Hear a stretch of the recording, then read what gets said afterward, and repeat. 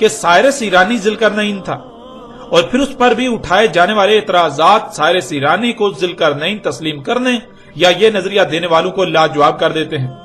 یوں آج تک یہ سوال ہی بنا رہا۔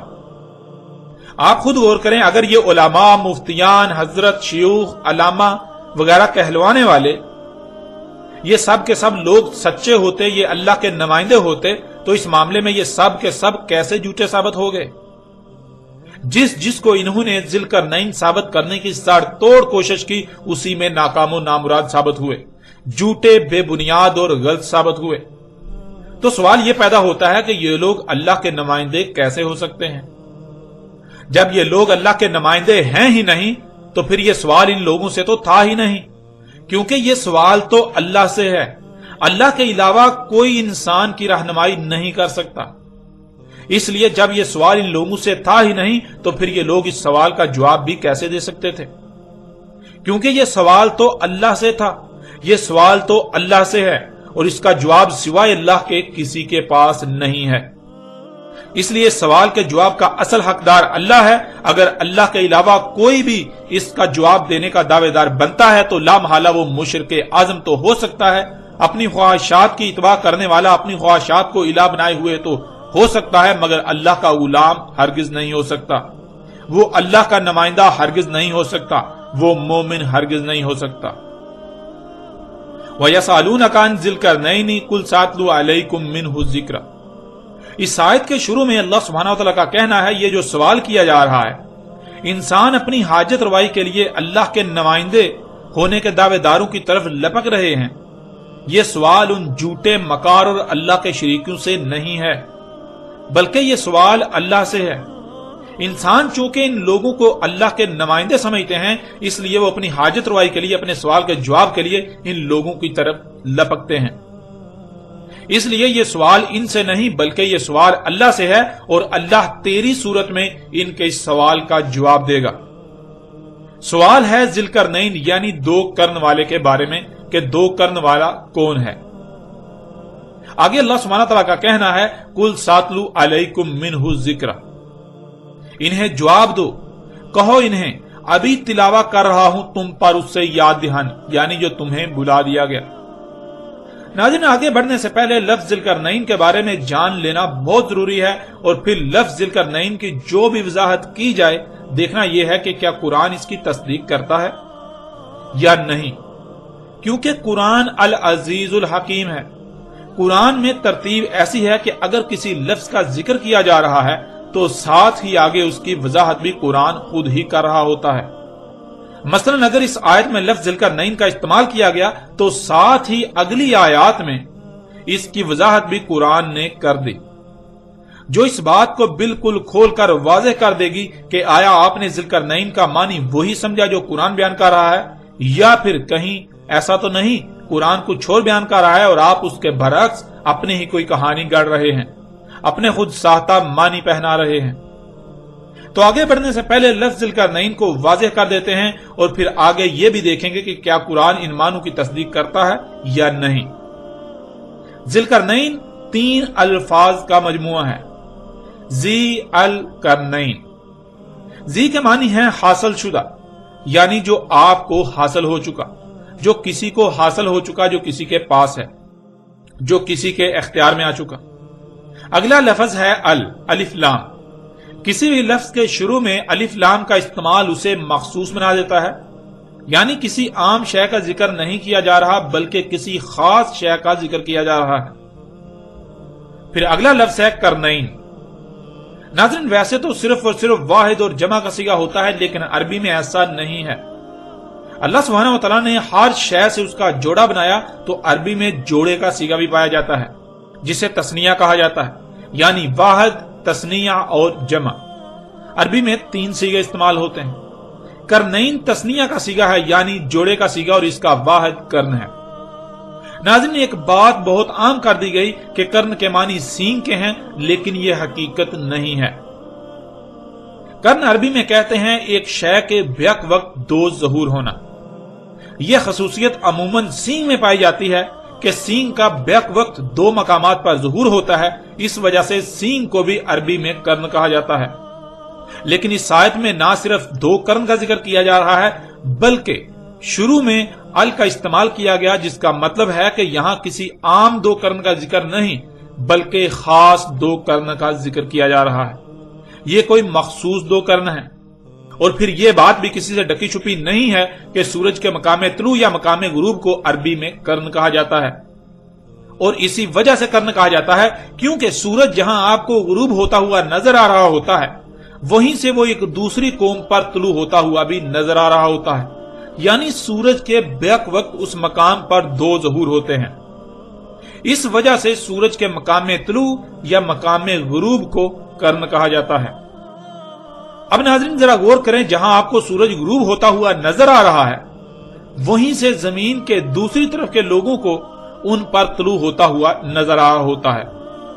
یوں یہ ایک ہی مقام پر بیک وقت سورج کے دو ظہور ہوتے ہیں، جسے عربی میں قرن کہا جاتا ہے۔ یوں یہ ایک قرن ہو گیا، اور جہاں آپ کو طلوع ہوتا ہوا نظر آ رہا ہوتا ہے تو وہیں سے وہ ایک دوسری قوم یعنی زمین کے دوسری طرف کے لوگوں کو غروب ہوتا ہوا نظر آ رہا ہوتا ہے۔ یوں ایک یہ مقام جہاں سورج کے بیک وقت دو ظہور ہوتے ہیں، ایک قرن یہ بن گیا۔ ان دونوں کو عربی میں دو قرن یعنی قرنین کہا جائے گا، اور یہ قرنین عام قرنین نہیں ہیں بلکہ یہ دو خاص قرن ہیں، یہ خاص قرنین ہیں، اس لیے انہیں عربی میں جب لکھا جائے گا تو القرنین کہا اور لکھا جائے گا۔ اب آئیں لفظ ذی القرنین کی طرف۔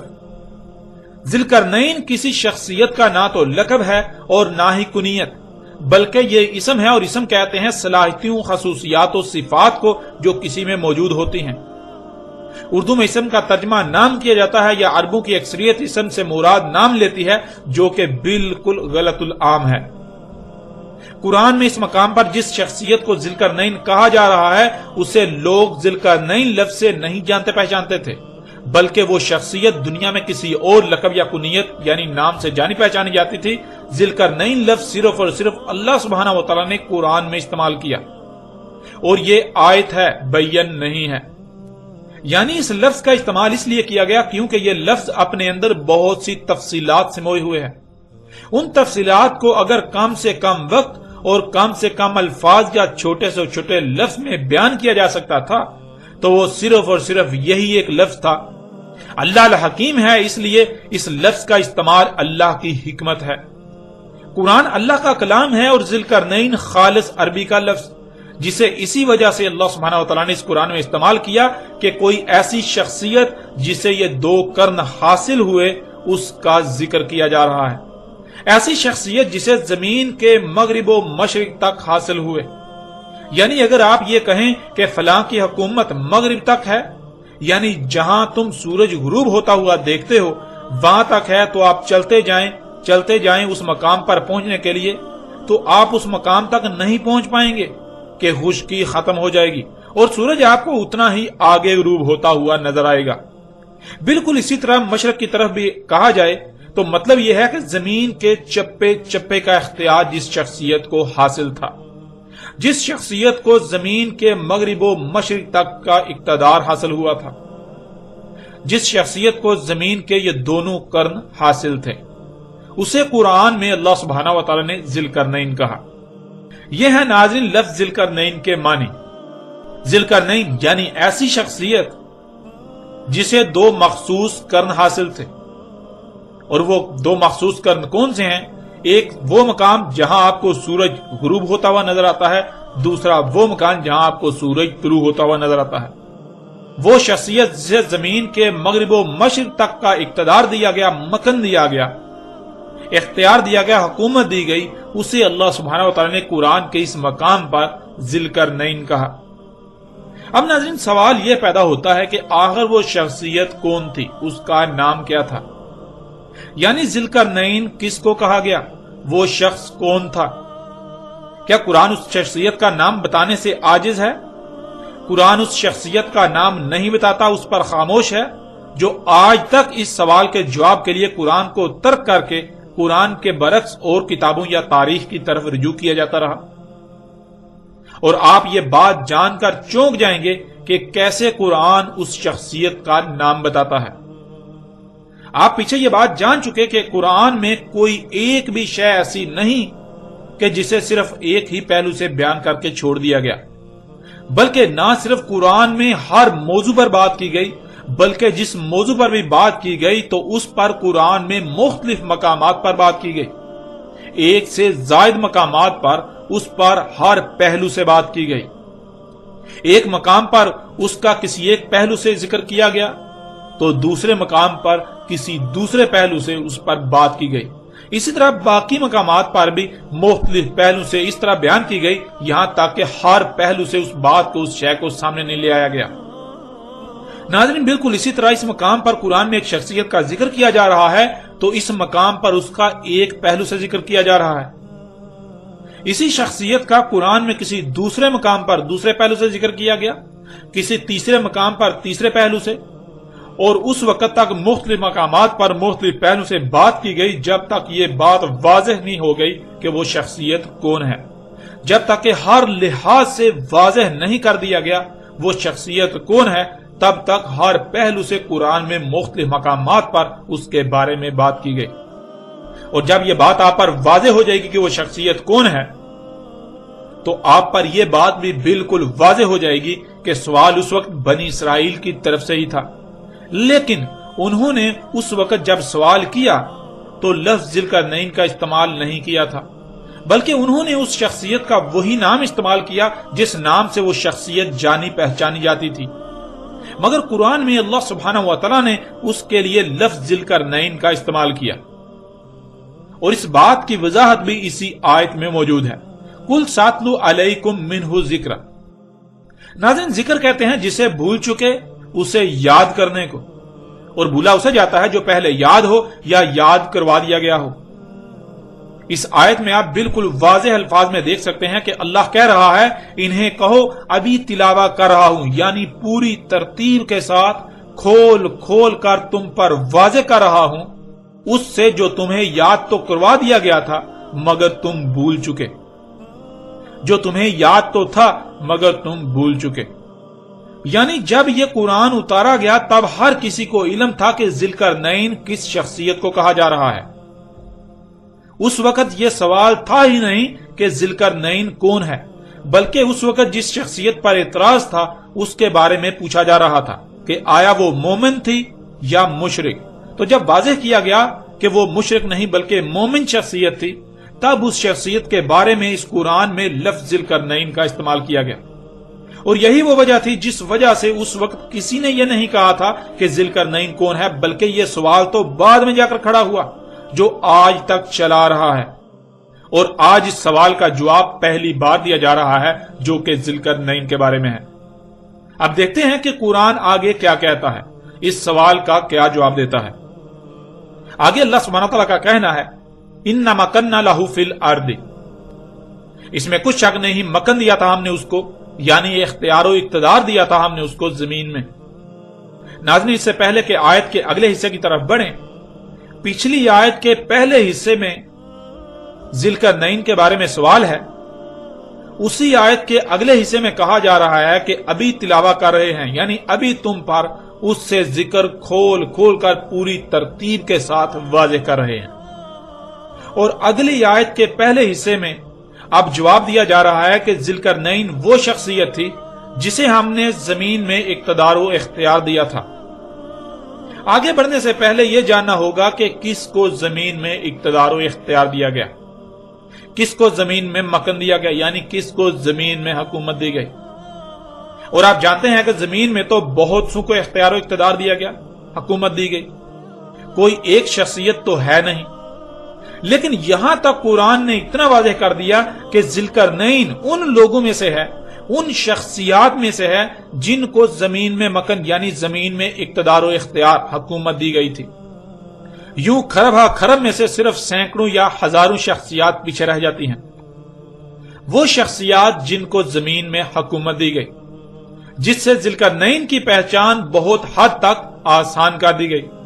اب جب قرآن سے ہی سوال کیا جائے کہ زمین میں کس کو مکن یعنی اقتدار و اختیار دیا گیا، حکومت دی گئی، تو قرآن بھی کسی ایک کا نام نہیں بتاتا بلکہ قرآن بہت سو کا ذکر کرتا ہے۔ تو اب سوال یہ پیدا ہوتا ہے کہ اے اللہ، مکن تو زمین میں بہت سو کو دیا گیا، آخر ان میں سے وہ شخصیت کون سی ہے، اس کا نام کیا ہے جسے یہاں پر ذوالقرنین کہا گیا؟ جب یہ سوال کیا جائے تو اسی آیت کے اگلے حصے میں اس سوال کا جواب بھی دے دیا گیا، وَآتَيْنَاهُ مِن كُلِّ شَيْءٍ سَبَبًا، اور دیے تھے ہم نے اس کو تمام کی تمام اشیاء سے اسباب، یعنی ہر شے سے سبب دیا تھا۔ اب ناظرین ذرا غور کریں کہ سوال تھا ذوالقرنین کے بارے میں، تو اس سوال کا جواب دیا گیا کہ ابھی جواب دیتے ہیں، ابھی جواب دے رہے ہیں۔ تو اگلی آیت میں جواب دیا گیا کہ ذوالقرنین وہ شخصیت ہے جسے ہم نے زمین میں مکن یعنی اقتدار و اختیار حکومت دی تھی۔ لیکن یہاں پھر سوال پیدا ہوا کہ زمین میں حکومت تو بہت زیادہ شخصیات کو حاصل ہوئی، آخر ان میں سے وہ کون سی شخصیت ہے، اس کا نام کیا ہے؟ تو آگے اس سوال کا جواب بھی دے دیا گیا کہ وہ شخصیت ہے جسے ہم نے ہر شے سے اسباب دیے تھے، من کلی شیء سے دیا گیا۔ اب اللہ سبحانہ و تعالیٰ سے سوال ہے کہ وہ کون سی شخصیت ہے جسے من کلی شیء یعنی ہر شے سے دیا گیا، تو اللہ سبحانہ و تعالیٰ نے اس سوال کا جواب بھی قرآن میں رکھ دیا۔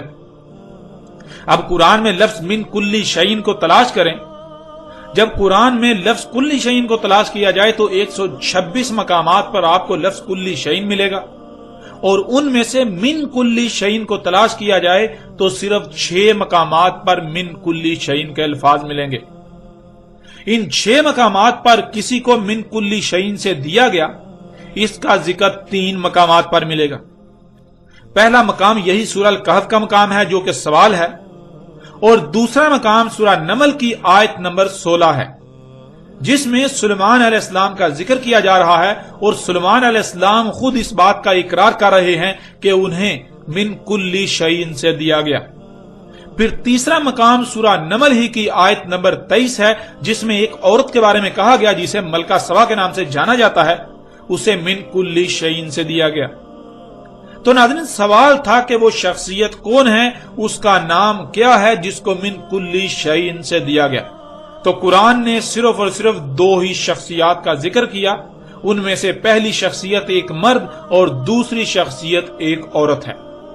اللہ سبحانہ و تعالیٰ نے مرد کا باقاعدہ نام بیان کیا کہ وہ سلیمان علیہ السلام ہیں، اور عورت کا نام بیان نہیں کیا، اور ویسے بھی ذوالقرنین ایک مرد تھے نہ کہ عورت۔ تو اگر ذوالقرنین ہیں تو وہ اللہ سبحانہ و تعالیٰ کے کلام قرآن کے مطابق سلیمان علیہ السلام ہیں۔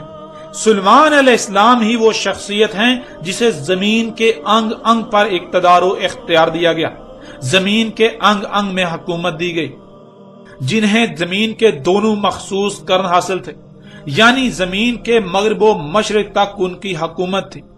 یوں ذوالقرنین جس کو 2 مخصوص کرن حاصل تھے وہ سلیمان علیہ السلام تھے، نہ کہ کوئی اور۔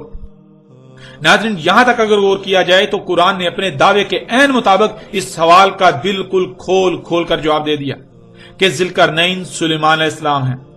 سلیمان علیہ السلام ہی وہ شخصیت ہیں جنہیں زمین کے مغرب و مشرق تک کی حکومت دی گئی، اقتدار و اختیار دیا گیا، مکن دیا گیا، جنہیں زمین کے 2 مخصوص کرن حاصل تھے۔